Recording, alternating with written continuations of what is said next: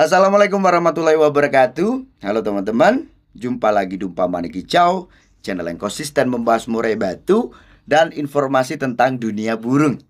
Oke teman-teman, di video kali ini saya akan menanggapi komentar yang ditulis di kolom komentar YouTube. Ini berisi pertanyaan dari Aji Chen 3510. Om izin bertanya, kalau pelihara trotol Lampung nanti sampai pastol dilombakan di kelas murai gembung Borneo, apakah ada pengaruh kinerjanya kalau berhadapan dengan murai Borneo?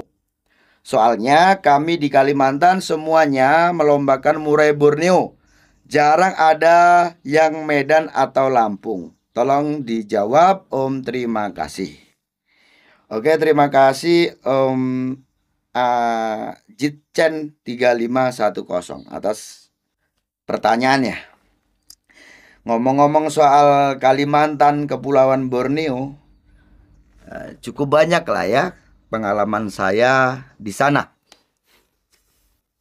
Sewaktu saya aktif menjuri di Kalimantan Barat itu terhitung 9 kali teman-teman ya, saya tugas untuk mengawal lomba dan menjuri di sana gitu ya.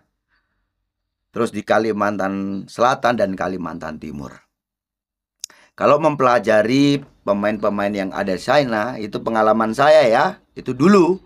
Jadi kalau di Kalimantan Timur itu memang teman-teman kita ini mempertahankan kearifan lokal. Artinya yang dipertahankan adalah burung-burung lokal di sana.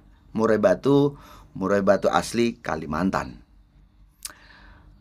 Selama saya bertugas ya di Kalimantan Timur, seperti mana di Tenggarong, Sangatta, Samarinda gitu ya, jarang sekali memang saya temukan murai batu ras Lampung dan Medan gitu ya, atau ras Sumatera yang main di sana. Bahkan memang ada peraturan di sana. Dulu tuh jelas betul ya, untuk saya waktu menjuri itu harus betul-betul jeli melihat burung yang dilombakan. Jadi peraturannya apa? Kita kan tahu nih teman-teman, burung murai batu yang asli ras dari Borneo itu mempunyai kelebihannya apa? Ya, kelebihannya adalah di semangat kerja, durasi kerja, burung nggak mudah capek, rawatannya mudah gitu ya. Cuman memang untuk umumnya murai batu Borneo itu ya, yang sering kita temukan, dia jarang mengeluarkan suara-suara tembakan panjang gitu ya. Dia lebih menonjolkan durasi kerjanya. Nah, sebab ini tadi akhirnya orang-orang ini coba untuk lebih mengembangkan lagi gitu ya, dengan cara diternakkan. Dulu nih teman-teman, orang sebut itu bukan seri F, tetapi bordan. Ya, bordan itu gimana? Jadi untuk yang jantannya, induk jantan itu biasanya burung Medan gitu ya, atau burung Sumatera lah. Terus yang betinanya itu burung dari Borneo. Maka keluar anak itu mirip sekali untuk fisiknya seperti mana burung murai batu Borneo. Nah akhirnya apa? Banyak yang menghasilkan anak bordan nih teman-teman. Jelas dia punya semangat tarung ya. Kerjanya itu hampir sama dengan induknya. Dengan kelebihan dia itu durasi dan juga bisa membawakan materi dengan panjang. Gitu ya. Maka inilah yang sering masuk ke Pulau Borneo lagi. Ya, apalagi kan orang-orang yang main di sana, teman-teman kita ini kan banyak kan ya, dari transmigrasi, mungkin dari Blitar, dari Tulungagung, dari Kediri yang berdomisili di sana, akhirnya bawa nih burung-burung ke sana. Nah, dulu saya tuh diminta untuk lebih selektif lagi melihat apakah ini ras murni, apakah ini ras silangan. Gitu loh ya. Dan di sana ketentuannya harus ras murni. Kalau dia itu kelihatan silangan, nanti pasti dia apa? Didiskualifikasi. Gitu ya. Itu khusus untuk di Kalimantan Timur Dulu loh teman-teman ya, dulu. Kalau sekarang mungkin sudah mulai diberikan kelas open atau gimana, ada perubahan seperti apa, aku juga nggak tahu.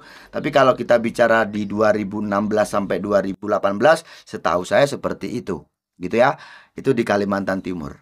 Nah, kalau di Kalimantan Selatan, di sana itu sudah mulai berbaur. Hanya saja memang yang mendominasi itu murai batu Borneo ya, gitu. Terus di Kalimantan Barat. Di antara Kalimantan ini yang paling terbuka itu adalah Kalimantan Barat. Untuk Kalimantan Barat itu teman-teman, dari sejak pertama saya bertugas di sana, itu saya sudah melihat memang burung itu nyampur.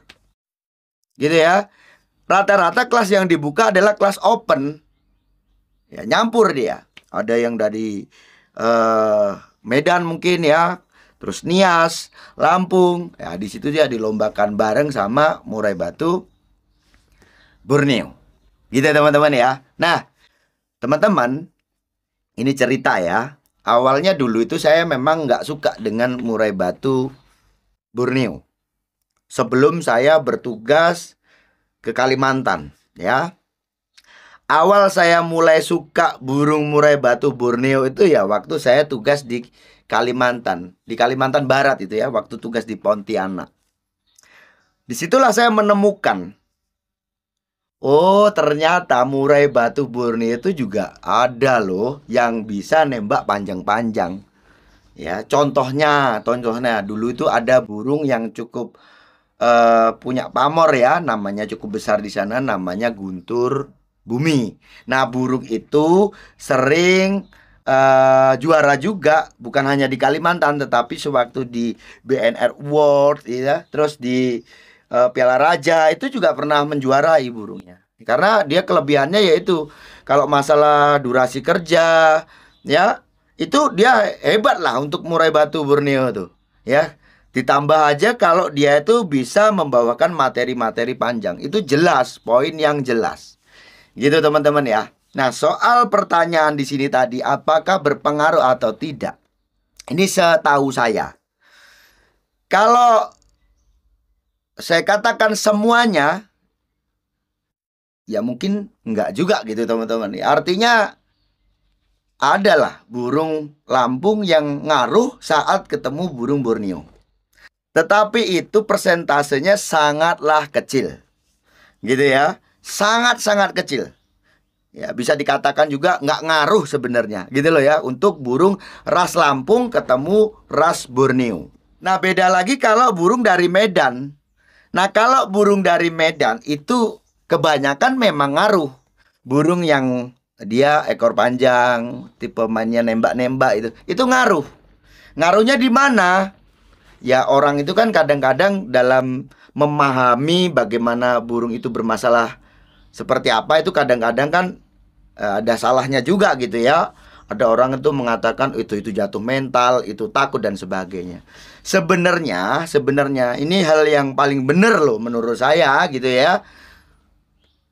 Burung ekor panjang ini ketemu Borneo kenapa kok masalah gitu kan? Karena burung Borneo ini teman-teman, dia sangat memprovokasi. Dia tuh banyak gerak. Istilah orang tuh ngompo lah ya. Seperti itu kan, gayanya seperti itu. Ya. Itulah yang membuat burung yang umumnya ekor panjang atau istilahnya burung Medan lah orang sebut ya. Dia ngaruh karena apa? Terlalu terprovokasi. Akhirnya emosinya nggak bisa kebendung. Ya, satu emosi, dua karena dia itu melihat fisik dari Borneo, mungkin dikira itu burung betina gitu ya, karena ekornya kan pendek. Nah, disitulah nggak terbendung, birahinya naik, emosinya naik, gitu ya. Nah, ini contoh konkretnya saja. Teman-teman mungkin pernah ya melihat burung yang juga pernah saya upload, teman-teman, yang namanya Valentine ya, punyanya Ko Apang, yang biasa main di SMM. Waktu itu mainnya bagus. Ya, saya bilang tuh bagus tuh burung main tuh. Ya, tapi kayaknya ini nggak betah. Kenapa nggak betah? Lihat sampingnya. Bagaimana dia nyerang burung. Burungmu itu selalu melihat ke sisi ini loh. Dan di sisi itu ya, saya terangkan sama dia, di situ ada burung yang mainnya ngocok. Burungmu nggak lama itu, pasti dia nanti ngetip, ya, mainnya nggak enak, nggak tenang, pasti. Ternyata apa teman-teman, hasilnya burung Valentine itu tadi ya. Valentine tuh mainnya enak waktu awalnya. Setelah itu apa? Ya nggak bisa bendung dia. Akhirnya sampai jatuh di bawah itu sampai ngecun-ngecun begitu. Nah, gitu lah ya. Jadi itu kalau murai batu dari ras Lampung, sepengetahuan saya, ini pengalaman dari saya. Om Sanda ini kan pengalaman, tugasnya kemana-mana gitu loh ya. Udah skalasinya nasional untuk menjuri itu. Jadi ya memang saya pelajari di situ kalau untuk ras Lampung tidak berpengaruh lah ya dengan burung dari Borneo ya, dia tidak ngaruh lah. Kalau ditanyakan apakah dia bermasalah atau tidak, nggak ngaruh ya, artinya tidak bermasalah. Tetapi beda cerita kalau burung ekor panjang, atau istilah orang tuh bisa menyebut burung tembak atau juga burung Medan. Gitu ya teman-teman ya. Gitu Om. Jadi kalau di tempatmu memang kelasnya juga sudah dibuka ya, dia kelas open gitu ya, semua ras murai batu boleh masuk, itu menurut saya menyenangkan gitu ya. Nah, kalau kamu pengennya menggantangkan burung Lampung bersaing dengan burung Borneo gitu ya, kamu harus paham betul bagaimana sistem dan pakem yang dipakai. Karena ini dua burung ini jelas beda, tipe kalnya beda ya. Kalau di burung murai batu Borneo kita bicara tentang umumnya ya, umumnya dia lebih ke durasi. Mainnya biasanya speed rapid gitu ya. Kelemahannya dia kadang-kadang itu nggak bisa nembak panjang. Ingat tuh ya, umumnya seperti itu. Ada kok murai batu Borneo itu yang bisa nembak panjang ya, tapi kita bicara pada umumnya aja. Nah kalau murai batu Lampung dia lebih mainnya itu nggak speed rapid ya. Bukan berarti dia terus sering ngetem, enggak. Burungnya itu enaknya ngomong, setiap dia bunyi itu materi yang dikeluarkan. Kalau dia memang betul pas settingannya, burung juga berani, itu setiap dia buka paruh itu dia keluarkan materi. Gitu ya. Jadi kalau Borneo itu speed rapet, kalau ini ya mungkin hanya rapet aja gitu ya. Itu. Nah, kalau di tempat Musana yang dominan untuk jadi penilaian adalah lagunya, ingat ya, lagunya bukan irama lagu, tapi hanya lagunya atau hanya materinya saja. Ya poinnya pasti tinggi di murai batu jenis Lampung. Ya, tetapi kalau bicara tentang irama lagu, tentu saja walaupun dia tidak harus menembakkan panjang, sesekali saja dia nembak panjang, ya, di antara waktu dia mengeluarkan suara pukulan atau nembak panjang ini dia ada besetan-besetan ya. Disitulah yang dikatakan irama lagu itu seperti itu. Ingat ya, orang nyanyi itu nggak harus nada tinggi terus.